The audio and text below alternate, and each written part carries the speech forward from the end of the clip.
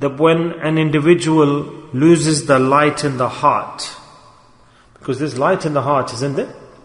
There is light in the heart, and everything, the system of life runs with that. So when the bulb fuses in the heart, the bulb fuses, the light diminishes or eliminates and is lost, then his hal becomes the same. Now we're talking about the physical life experience, that darkness spoils things. So when the light of the heart ends, then what happens? Darkness comes. When darkness comes, the same feeling that I told you, right and left, we don't realize what's right and wrong. And Allah Ta'ala says here, إِلَّا ظَنَّ أَن يَتَّبِعُونَ إِلَّا الظَّنَّ. That when darkness comes, then what happens? إِلَّا ظَنَّ. Allah Ta'ala says, that أَن يَتَّبِعُونَ إِلَّا الظَّنَّ. That when the person was looking for something from his hands and there's darkness, and when the darkness in the heart comes, then the deen of a person, it goes into this darkness, into this area where he considers haram as halal and haram. A bad thing is considered good and a good thing is considered bad. Everything, أَن يَتَّبِعُونَ, Allah Ta'ala says, that everything that he is following is based on what? إِلَّا ظَنَّ. According to his thoughts and opinions. Or that maybe this is that thing I'm looking for, and he starts to follow his desires and he's drowned in his thoughts and opinions, and the asal deen disappears. So this is very clear that Allah Ta'ala explained that when a person comes into this situation, that haram and halal, Allah Ta'ala says that he doesn't know the difference, not drinking or eating, haram and halal with regards to the ahkams that Allah Ta'ala has given. The orders that Allah Ta'ala has given, those things that Allah Ta'ala has told us to refrain from, those actions that Allah Ta'ala has told us to refrain from and leave, we have no importance for that. We don't care. And those actions Allah Ta'ala said, don't do, we start doing, and those where Allah says, do these, and we don't do them, and whatever we feel like doing from our hearts, we do. And after that, a person starts to follow his desires and says, oh, this is too hard, this is difficult, what can I do? So this position, Allah Ta'ala mentions which people do this, in those in whose hearts there's darkness. Allah Ta'ala says it clearly. The hadith we learn. What is the light of the heart? Say it loudly. The dhikr of Allah. Such a beautiful solution. Allah Ta'ala says that when you start to follow your desires and opinion in the dunya, and people do this and you see that they're following their desires, and if somebody says I want to come on the right path, what is the light he will put on? What is the bulb that he will have to install? The dhikr of Allah. The remembrance of Allah. And when a person touches the light, brings in the light, and light comes into the heart, then it's totally like a person's in the darkness, he's running around, suddenly light comes in and all of the clarity comes in. Then with speed we'll run around, and we'll make tea, and we'll see all of the items and the resources we need. As soon as the light comes into the heart, subhanallah, that insan suddenly wakes up, he leaves haram, he goes towards halal, and he starts to understand the orders of Allah, he leaves the sins, he leaves darkness, and the sins become like scorpions for him, insects, creepy crawlies. And these two differences you'll see in life. You'll see two people in the world.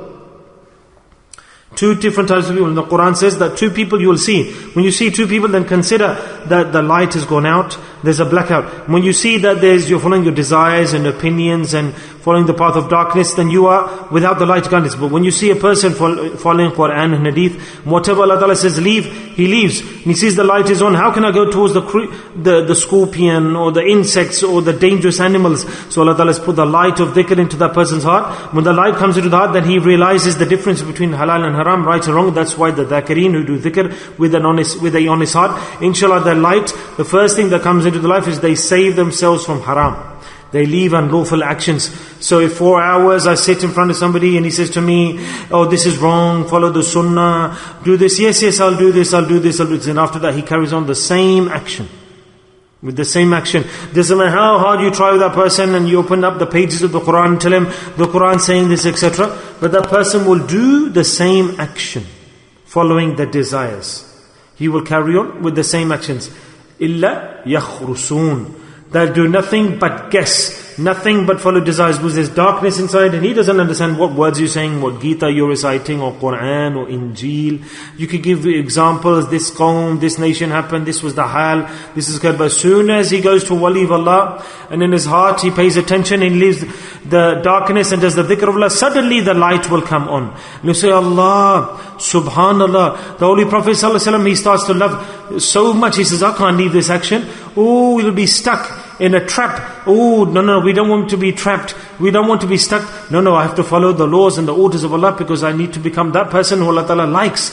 So then the person's following the light. Allah says, the more kathir you do the dhikr of Allah, inshallah. Allah Ta'ala says, the small sins, you will see them as big and high as the mountains. Wah, say subhanallah. Our person becomes a great individual. And this was the situation of the Sahaba Ikram, the noble companions radiyallahu anhum. Sahabi said in hadith that in our day and age, the deeds that you consider as minor today, we would consider those as sins as high as the mountains, as bad actions, because subhanallah, their hearts had spent time in the blessed sohbat, connection and company of the Prophet ﷺ. They had a direct connection that even the Sahaba Ikram, despite the fact that there was a darkness around them, but the strength of the hearts, the Siddiq and Abdullah bin Zubayr and Hazrat Umar radiyallahu anhum, their hearts were illuminated, strong. They had the Sohbat al-Nabi, the company of the Prophet Muhammad sallallahu alaihi wasallam, and until Qiyamah, nobody's hearts could absorb a higher wattage of light. Why? Because they had spent time in the company, the Sohbat of Rasulullah sallallahu alaihi wasallam. And small sins, so called, they would consider as mountains. And today, even if sins are equivalent to the mountain's height, we say, no, it's a small hand. There's nothing wrong with this. Nothing wrong with this. Accept that we are wrong. Nothing wrong with that, is there? Is it hard? We should accept that we are doing wrong. We're not doing amal on the Quran. We are doing the wrong actions. And after that, then accept and then try, take the tasbih, remember Allah, do dhikr of Allah, and you'll be promoted in the dunya and the akhirah, inshallah, and you won't need to go back. Allah Ta'ala doesn't take you towards the loss. So two things we have learned today, understood today. Those same people sin, those people in the darkness and the wrong actions who break the hakams of Allah, those same people do the wrong actions who are in darkness. Whose hearts, they are living in darkness. So it's better for those people, they wake up, come to the light, bring the light to the heart, and through what action? The dhikr of Allah, ismi that. And then, for doing the dhikr of Allah, what do we need? We need the right dhikr with ikhlas, sincerity. So we realize when you're doing the dhikr, we should realize the light is coming, nur is coming, and it tells us this is haram, this is unlawful, this is not acceptable, this is not